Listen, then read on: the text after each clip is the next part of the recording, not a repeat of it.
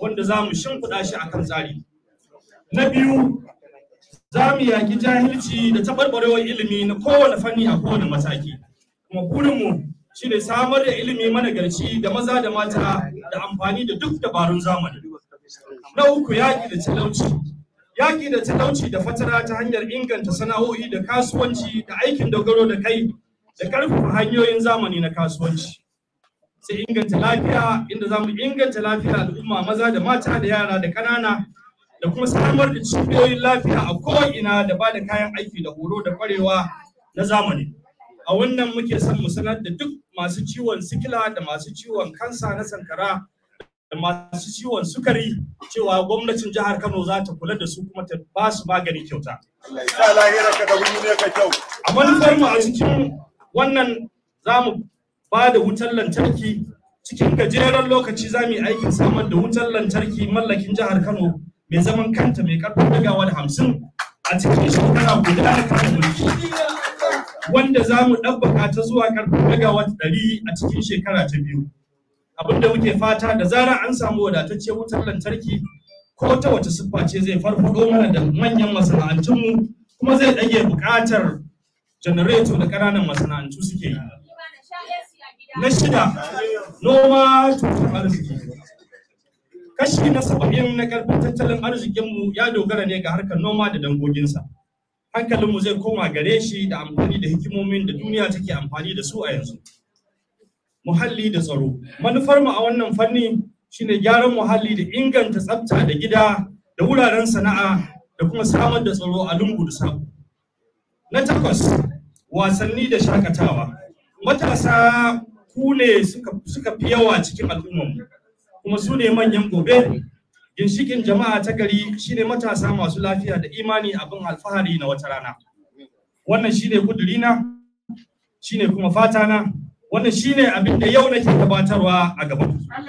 Wannan shine abin da yau nake kuma fata daga gare ku, shine ku yi min addu'a tare da fatan alheri. Sannan ina matukar so ku bani goyon bayan ku shigo wannan jirgi na ceton al'umma tare da mu. Amin. Jama'ar jihar Kano, kun saurare ni, na gode kwarai da gaske da kuka bani lokacin ku. Allah ya mana muwafaka duniya da lahira. Ni ne naku injiniya Bashir Ishaq Bashir.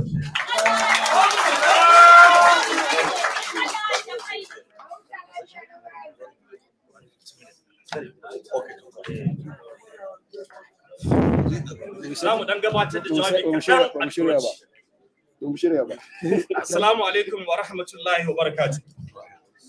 Good afternoon to us all, and I welcome you to yet another very important landmark gathering in the annals of the political history of Kano State. Perhaps more than ever before, at any other time in its checkered history, Kano State is today desperately yearning for competent and effective leadership capable of addressing the myriad of challenges that have collectively stultified its development across all sectors. These challenges that perennially beset the state cut across all sectors, spanning from education, economic development, healthcare delivery, agriculture and associated industries, social security, and the rule of law, among others. The glorious days of Kano State as an acknowledged agricultural and commercial center and industrial hub is of note, second only to Kano State, is all now in the past, with many of its defining characteristics gone arising mainly from years of neglect by some successive administrations. This continuing neglect of vital sectors of the economy has combined with the continuing rising population over years to deliberately relegate Kano State to the bottom virtually of all economic development indices. The priority of our recent leadership is to develop Kano into a mega city with mega impoverished people. Massive investments are being made on projects that have little or no bearing to the economic development of the people. Projects that do not generate revenue, projects that have no direct economic bearing on the common man, projects that are centered only in the city, and they have neglected the vast populace of our rural areas. It beats the imagination of every right-thinking person how an orphan or a widow will spend the whole day under the scorching sun going up and down, and 8 billion naira flyover bridge begging for 10 naira or 20 naira to put in their stomachs. It is hard to reconcile the fact that a state government faced with 3 million out of school children, a government that has virtually all its primary and secondary healthcare facilities perpetually on life support, a government that has 85% of its primary and secondary schools underfunded and undereducated, will have the effrontery to budget 20% of its budgets on road projects. As a trained engineer, I recognize the importance of infrastructure. On the other hand, as a manager of resources, prioritization, opportunity cost, and scale of preference should be the guiding principle for any elected governor, especially in northern Nigeria. In recognition of reality of the existence of these long-standing development challenges and the imperative of comprehensively addressing them with a view to taking the state back to its rightful place across all development indices, it is necessary that capable, right, and focused leadership is put in place to drive the desired paradigm for a Kano that would be self-sufficient in food production and economic prosperity. Over the years, our leadership selection process, just like in many other states across the nation, has not been deliberately targeted at getting the right fit for the job. This has resulted in situations whereby many intended leaders having no capacity to lead, absolutely no blueprint, no focus, and with a tunnel vision of what leadership entails, often end up getting selected or elected to leadership positions with absolutely no idea of the needs and wants of the people of the states. This results into elected governors whose only ambition and quest is to be the governor and to enjoy the perks of being in the office and feed their egos on the power that comes with being a governor. And of course, the constant access to public till. The forthcoming 2023 general election has once again provided the state and its electorate with another opportunity to take the necessary steps to make a bold statement in choosing its leadership for the times we live today. A situation whereby our leadership selection continues to charlatans and mediocres has failed us many times over in the past. Any aspirant who splashes money or has unexplained sources of wealth should not even dream of vying for the numero uno seat in Kano State. Any aspiring candidate who cannot clearly and concisely explain the what, the how, the when, has no business asking for your votes. Any aspirant who cannot explicitly and in plain language lay before you his vision, his plan of action, his deliverables, his timeline, and his proposed team that will help him in both decision-making and implementation process has no business talking to you. Focus. Someone with the passion for service to humanity. Someone who will take charge and be in charge. Someone with the right dose of guts and intuition. Somebody who is educated and who applies his education. Someone with the charisma and charisma that Kano people will be proud to call their governor. The Kano State needs a governor that comes to the job fully prepared and ready to commence the urgent task of resolving its developmental challenges in earnest right from day one. Not the one that will have to tread the now familiar path of groping in the dark for an extended period of his first tenure, trying to know exactly why he's even there in the first place. Kano needs a committed team player with the ability to identify carefully, select and recruit the right caliber of persons with the prerequisite set of skills to work with him in addressing the multiple challenges of the state. A governor that has the courage of conviction to face the identified challenges frontally from the onset. And what better time and opportunity do we have as a people to change the development trajectory of our dear state for the better and steer it back to the right course than the forthcoming general election in 2023. The sole responsibility of identifying and electing such a governor with the above listed qualities and credentials falls squarely on the electorate in the state, whose duty it is to elect a candidate of proven competence and capability to turn around Kano's economic fortunes and lead the state to sustainable prosperity going forward.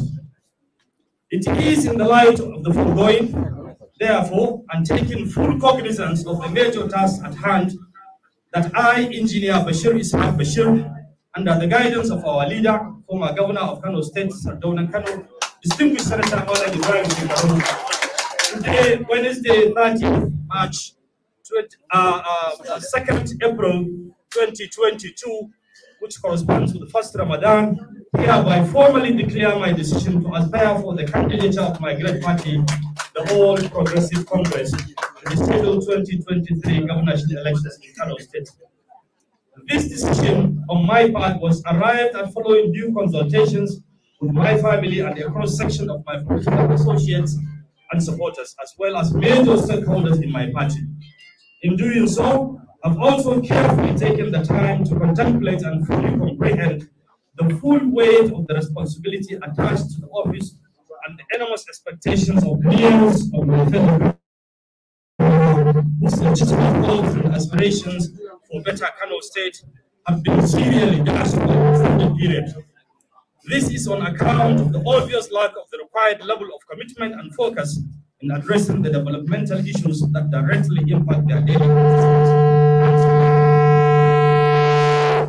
From time immemorial, Kano has been built and thrived on the tripod of religious scholarship, commerce and trade, and our traditional values that have historically been guarded by the traditional institutions. All these three key strategic pillars have been under premeditated attack and assault in recent years. Our primary will be centered around the wondrous task of reviving and sustaining this cherished triple heritage that has served us well for over generations. The centerpiece of our economic development initiatives will be the revival of agriculture and its allied value industries. Kano will major in irrigation engineering technology, and greenhouse technology will dot the landscape of the entire length and breadth of the state. We shall strive to be among the top 3 states in terms of GDP and per capita income in 6 years.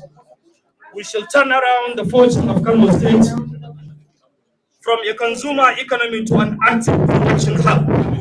We shall restore the credibility, leadership position, ethics, moral and social values of our state that have long been lost to selfish and egotistical corrupt leadership.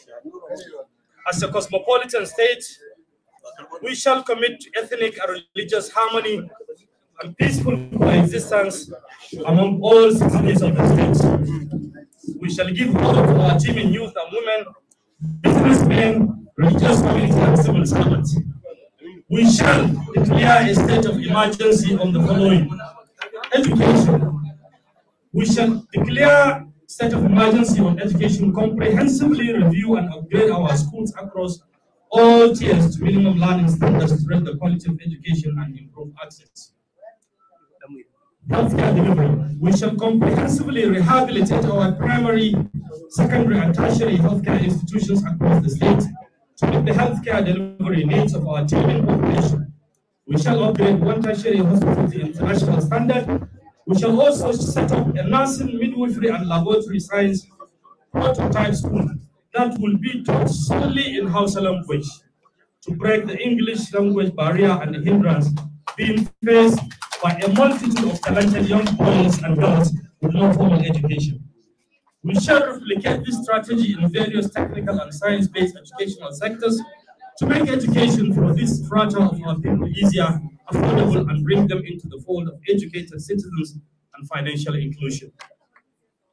We shall commission a standard pharmaceutical manufacturing company to cater for our genuine drugs requirements and avoid counterfeits.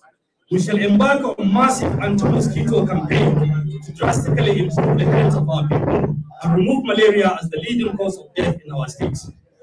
People with medical complications such as diabetes, sickle cell anemia, kidney disease, mental health, and such other medical conditions will be given special consideration in both consultation and treatment and surgical procedures. We shall strive to reduce maternal and child mortality to the barest minimum by adopting preventive measures at both prophylaxis and onset levels. All identified and diagnosed cancer patients of Kano origin will be given special priority and will receive free medical attention and treatment. As healthcare definitely without the permission, critically examine the most options in addressing the acute problems of water supply. Once again, this perennial issue is squarely addressed, and waterborne diseases like cholera, typhoid fever, and other diseases will be effectively tackled. Electricity generation. We shall commission a minimum of 50 megawatts in 1 year, inshallah, and upgrade to maximum of off-grid captive power plants within 2 years of our coming into office. In addition, the following key areas will receive the desired level of attention with a view to comprehensively addressing the identified challenges facing them. Agriculture and associated industries. Our major capital investment will be in agricultural infrastructure programs. Our major capital investment will be in agricultural infrastructural projects. These will include channelization, massive water reservoirs for rain harvest, and fertilization of the following dams.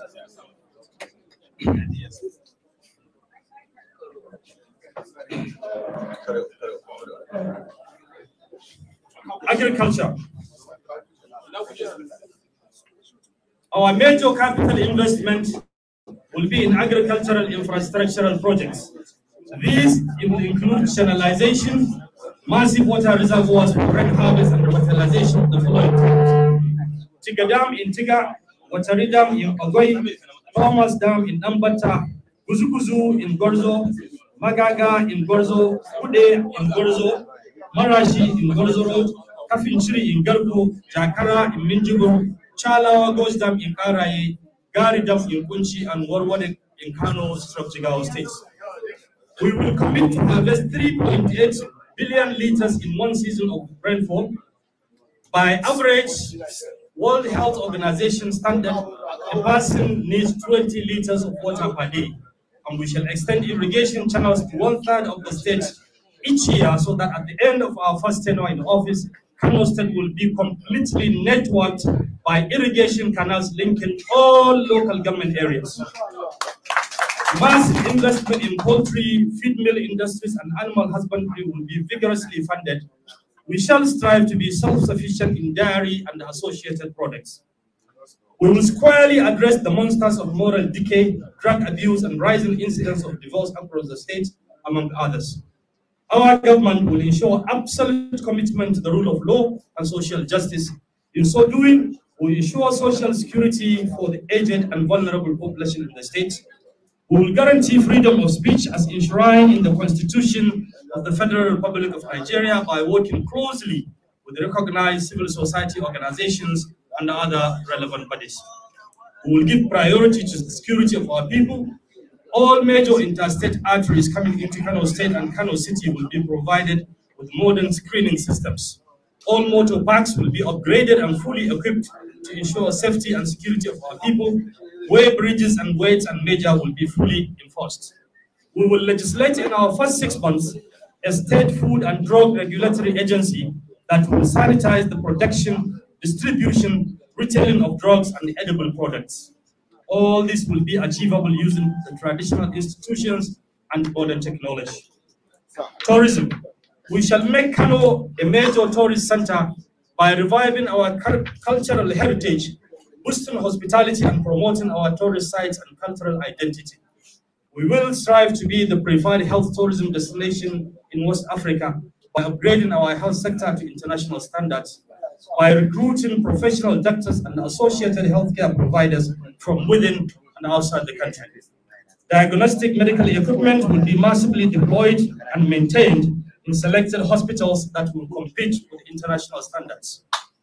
We will institute a Supreme Council of Social and Ethical Standards, comprising of the ulamas, the elders, the business community, and traditional rulers to drive our moral rectitude reformation agenda. We shall strive to make Kano the cleanest and most environmentally friendly city in Nigeria and West Africa in 10 years. We will revive industries by providing electricity, tax holidays, business incentives, special services, and any other support they may require.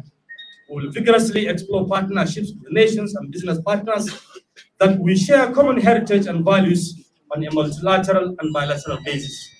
We will engage our youth in positive social sporting activities and creative arts and competitions. Bagauda and Tiga will be a model city for fishing activities, car racing, biking, and bicycle race. We will provide economic booster for small businesses and enhance their skills using technology and modern skills in key artisanal vocations like carpentry, welding, plumbing, leatherworks, dye and tailoring, butchery, packaging, and associated business lines. We will enhance technology and science acquisition skills in foreign affairs, accessories, computers, hardware and software development, and technological innovation. We shall enforce Kano traffic and sanitation rules and ensure they are obeyed by all and sundry. The Kano State government under my watch will be run as a project, complete with specific objectives, impactful deliverables, and corresponding timelines. We shall incubate bankable revenue generation projects that will propel our economy into the future using the services of renowned and qualified economists of Kano origin. We shall renew hope and confidence in our business community and our teeming youth. We shall nurture and unleash the renowned creative energy of our people and encourage healthy competition amongst them. Kanawa will once again be able to walk with their heads high wherever they go, from Kanuri land to Enugu to Calabar, from Eko to Ibadan to Sokoto, and all the way across the Sahara. We shall lead the nation in industry, commerce, and agriculture in a blaze of glory. We shall run an open and all-inclusive and knowledge-driven government. We shall lead by example and listen to the people we lead. We shall be responsive. We shall be committed. We shall be a government driven by empathy and compassion for the people. We shall serve.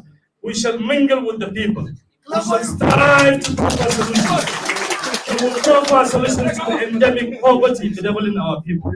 We shall inspire confidence and rekindle the spirit of entrepreneurship that our people have been known for over 1,000 years. May Allah subhanahu wa ta'ala guide us all. Thank you very much.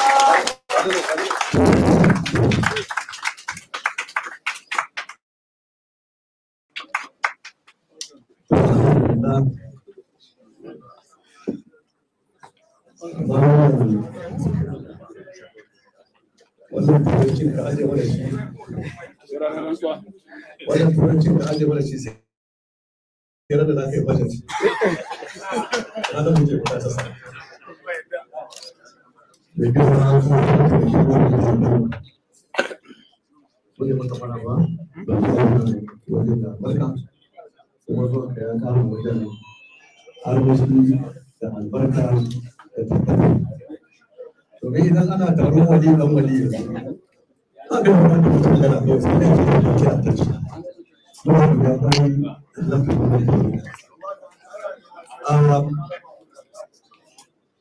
Da abinda muka so za a ba da wasu mutuna 'yan jarida su baya, amma yana jawabin nan sai na gaba mun soke wa za mu shirya muku tuna ta musamman 'yan jarida ku ci abincin shan ruwa da ku kuma sau kuke so sai ku zo mai sabo sai a ba da kofa ku yi tambayoyin da kuke so duk yanzu ku yi abu za mu tattara abin da za ku baje koli kuma akwai wasu da yawa za su tare shi kila an tashi suna waje za mu ba ku gayyata ta musamman shan ruwa ko su a wannan tattaunawa muna fara mai jam'iyya don haka ina neman alfarmar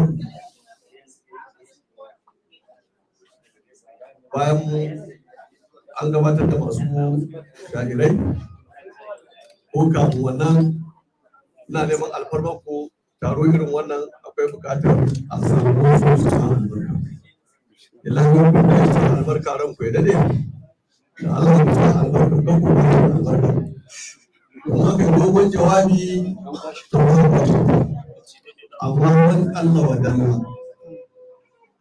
wannan abin da bai shirya faɗa a cikin jawabin nan nasa kowa ya ji kuma ni ne ba wani ba wallahi na da gaske ke wallahi wallahi billahi na yadda Allah ya bashi wani zai gwada wannan abubuwa wallahi na yadda saboda haka mutum dauka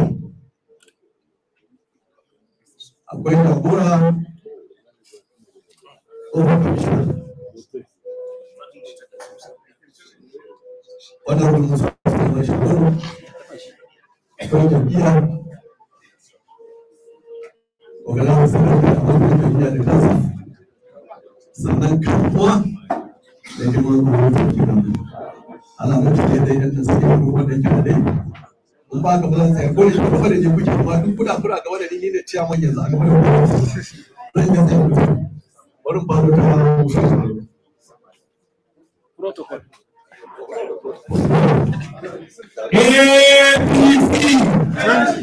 na ga ba ko a tsaki ya kamata a masa ba in ci ba su ne ba su ce ba kuma sai da ke mutum da ta da tsarin azumi lokacin da ran takon gwamnati ke da shi ma na zuwa da sa haka sai yi da su ne kuma da dai sabon da ta kuma irin a kowane suka yi da yanzu ka ga ana kusa kai wannan shi ne taron bukakin neman zaben fiskabun sanata kawai amana su zauna a wajen ya kamata ka gaya wa duniya cewa mun tafiya mu cikin bakwai samu bayan da ya siya mace akwai a daidai lokacin da ake gabatar da jawabi na ga shi wannan tsohon mataimakin kakakin majalisar lokacin da yake da azumi ɓangaren alaƙa sai da ɗan kirado shi ma ya shiga wannan mutum.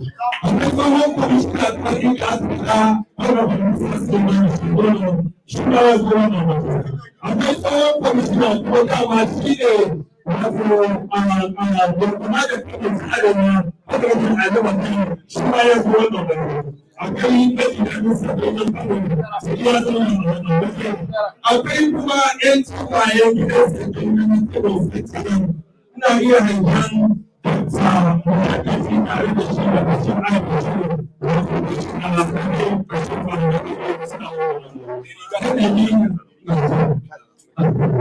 a daga bangaren mata ciki na za a ga masu kuma wani da amfani da suka mana wato sauran mata mu yanzu jami'a ita ma ta ga wani takamai da wani za mu nemi ɓangaren jam'iyyar shugabanci ɗaya masu sabon jam'iyya shi ya sa muka ce za mu gani wa kasuwanci mu idan yau aka musamman gaisawa su ke siyan ciki da yin ciki da juna akwai yawan juna za mu wanda bayan ba su ba za mu gani wa jam'iyyar shugabanci.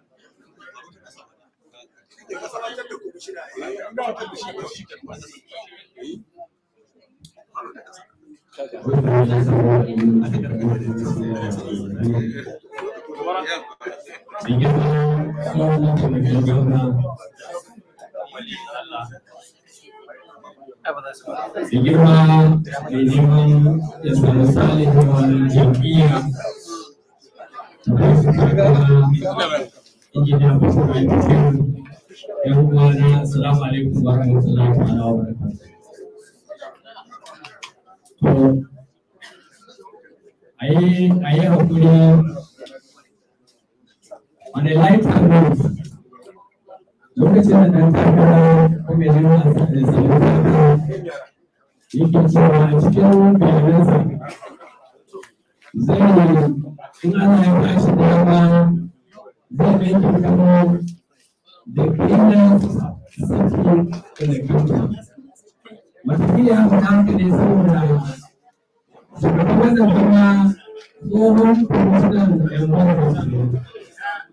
Ina shi yasa ya faɗi wannan ko ba ku wani gida ba su zai da za su mai lauta mu.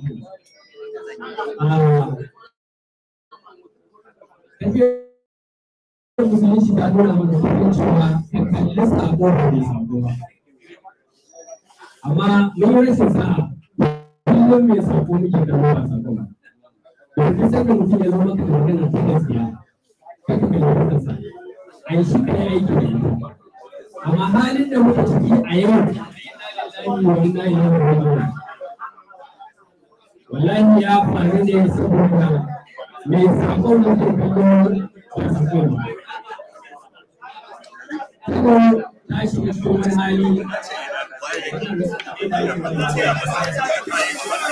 a yana da dalilin da ya sa na ce maka na ga kaddara wani abinci ka iya abin da muka yi maka muna da tsarin da na gaya maka ka dakata da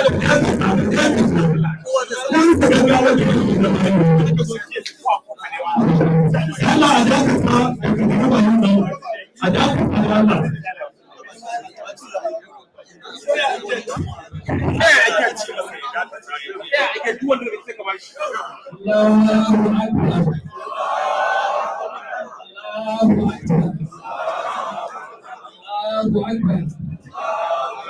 to kamar yadda yake magana cewa yanayin da muka shiga a sau abin da ya kamata mu ci gaba da yi musamman ga wannan wata mai albarka shi ne mu ci gaba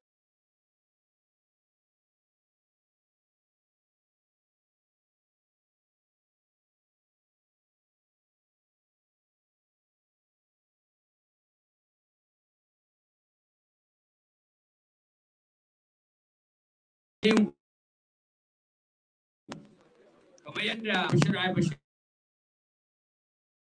ce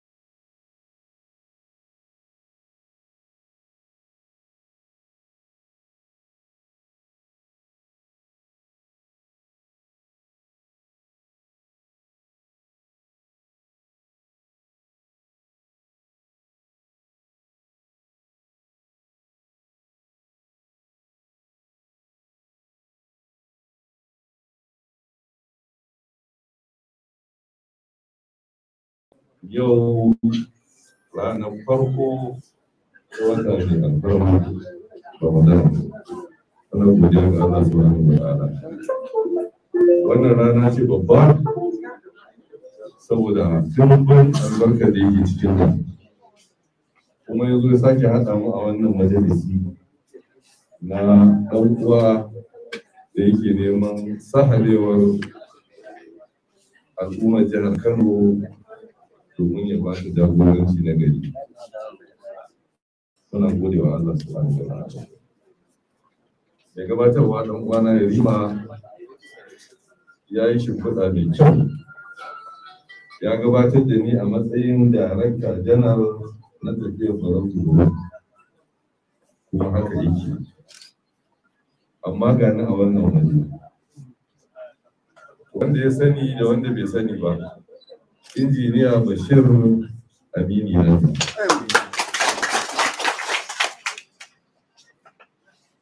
masoyi ne na hakika. A'a. Na je ka ce 50 da wani abu ne to ma amma almuhim kamar yadda ne Yarima ya faɗa, na zo wannan waje ne domin gaskata cewar mu tafiyar mu ba irin tasu ba ce. Ɓangaren manji samu abinda ya haifar da shi kamar yadda shugabanmu nan gaba ɗaya mai girma Saddaunan Kano, tsohon gwamnanmu, sanatarmu, tsohon ministan ilimi yace ba wani abu ba ne, mu masoya al'umma ne kuma ba mu ce komai ba.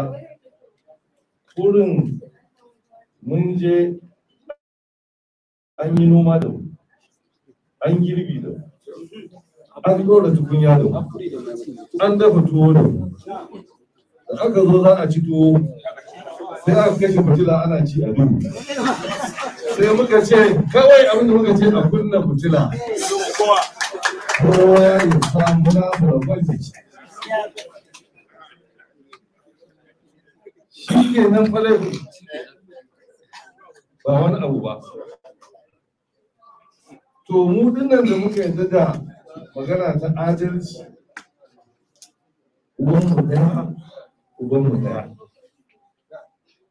Kuma ƙa'ida ta demokaradiyya shi ne a ba da dama kowa ya fito wannan fili ya bayyana buƙatarsa ya kuma yi bayanin cewa me yasa ya fi kowa cancanta.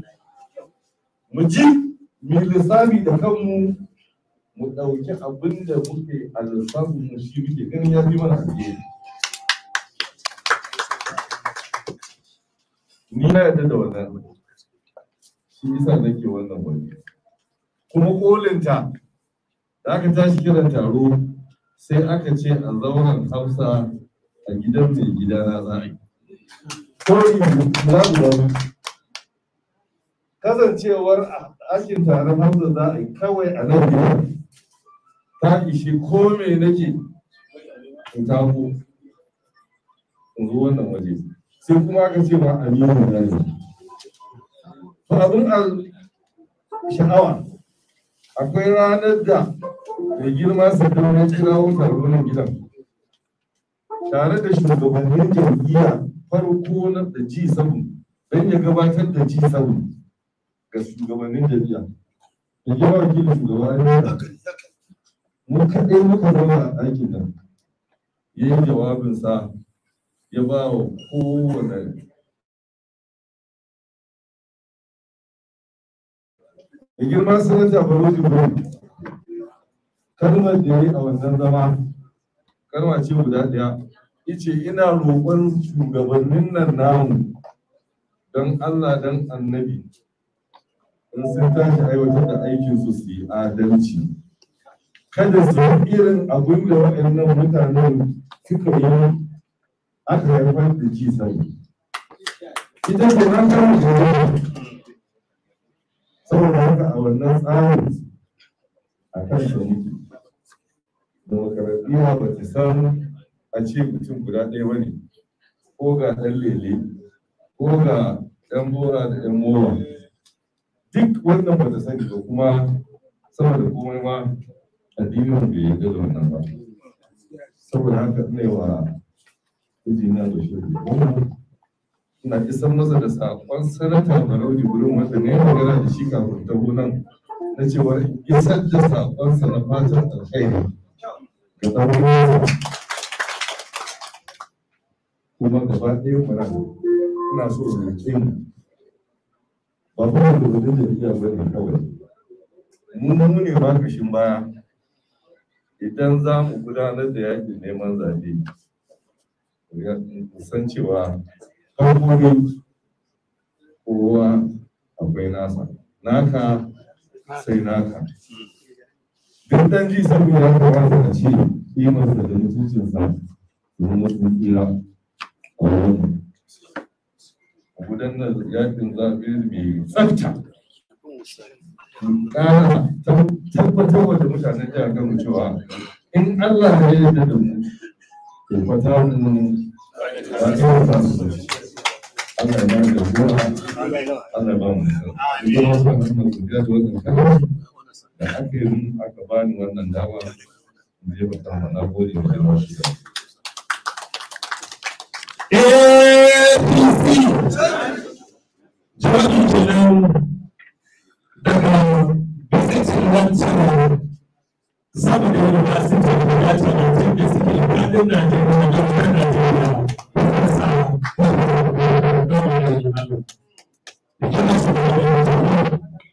wanda tsaro ya samu halartar kawo shi sanukin ƙalubale ga waɗanda suke cewa mu 'yan siyasa da ƴaƴanmu da iyayenmu da yayyenmu da ƙarƙanmu a sa zuwa wannan wuri da kenan kamar da ina yaba wa mai girma a nan sun lafi da mai girma da kamar Ibrahim da yau Bashir Bashir da suka turo ƴaƴansu da iyayensu da yayyensu suka shiga harkokin siyasa muna yaba musu wannan da mutane da suke da girma shugaban wannan taro a wannan rana Bashir Ahmad Gabata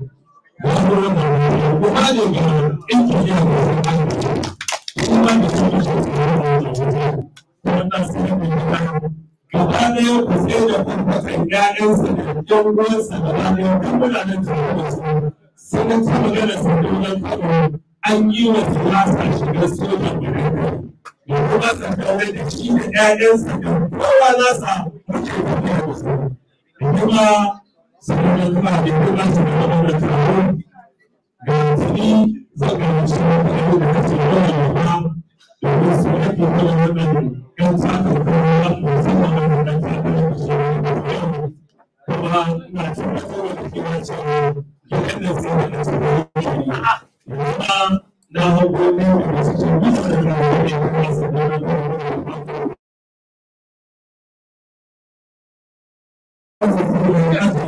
Wajen boko dama tsara su aka tsakanin aji da gare da so ba wajen mutum ne ko ji dan uwansa daga gare da yi sai daga a'a aji da wani jira da kuma cikin sanin ne mu da wani sabon mun samu halarci kungiyoyi da akwai kungiyar yan kasuwan kantin kwari su ma suna wannan wajen muna akwai kuma ƙungiyar 'yan adadi su ba muna tare da su akwai assessment engineer a daga da hamisu magaji shi ma yi da wani su kuma sauran makarantar da yawa da mutum a wanda su da ke ƙungiyar wani sa'a a cikin muna tare da su da wani sa'a da hamisu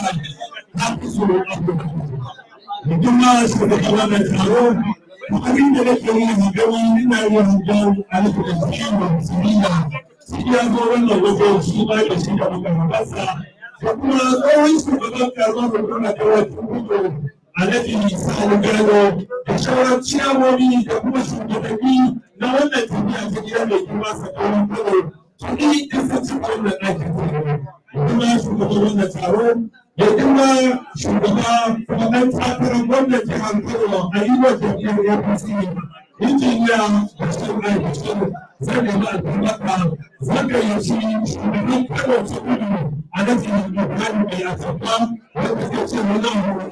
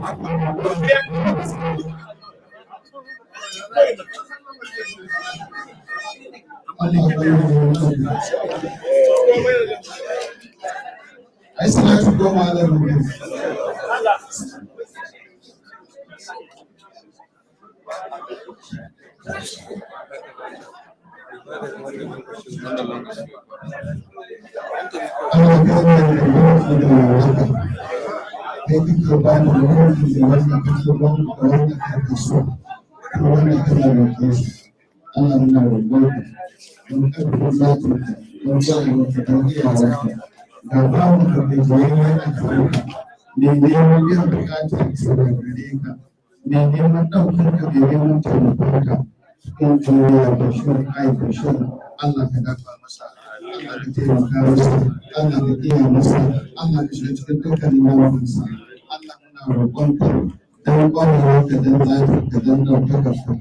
Wanda ka je masa jagora, ka iya masa kuma Allah in ka bashi ka yi masa zama ka wuce masa gaba ka bashi ikon ɗabbaka abubuwan da kowa zai ce madalla san barka tun daga ƙarshen Kano ko ina da zagayenta tun daga kan magani da masassaƙi da kowanne irin gajiyayye har zuwa kan sarakuna da manyan attajirai da manyan ma'aikata kowa ya ce madalla san barka wanda da Allah ya kawo mana wannan lokaci Allah kai masa zaki ba shi da dabara ba shi da iyawa ba shi da ƙwarewa ba shi da cancanta sai ta ya Allah kai ne ba ka zama masa ƙwarewarsa iyawarsa cancantarsa Allah ka zafa masa Allah ka tabbatar da shi Allah ka iya masa kuma ba mu manta da mai gida sarkawar kano ba shi ma Allah ubangiji ka yi masa zaki ka iya masa ka taimaka masa ka shiga cikin lamarinsa Allah ka ƙara masa basira ka ƙara masa dogon kwana ka ƙara masa walwala da rayuwa ne albarka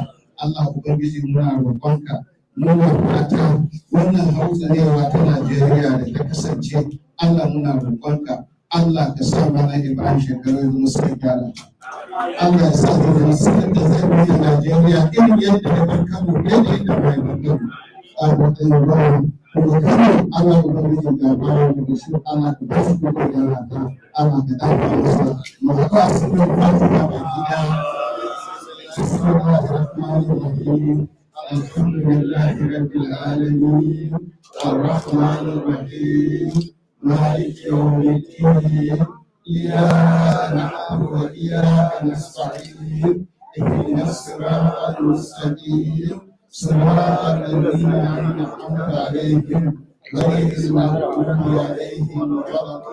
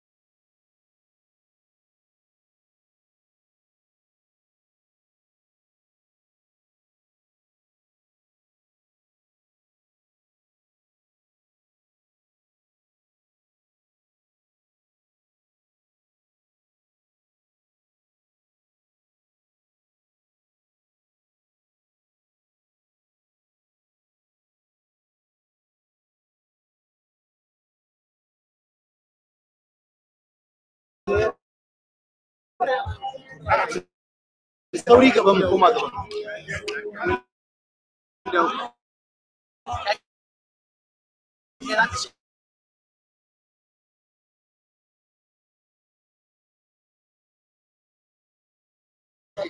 ai na so ai zan jawo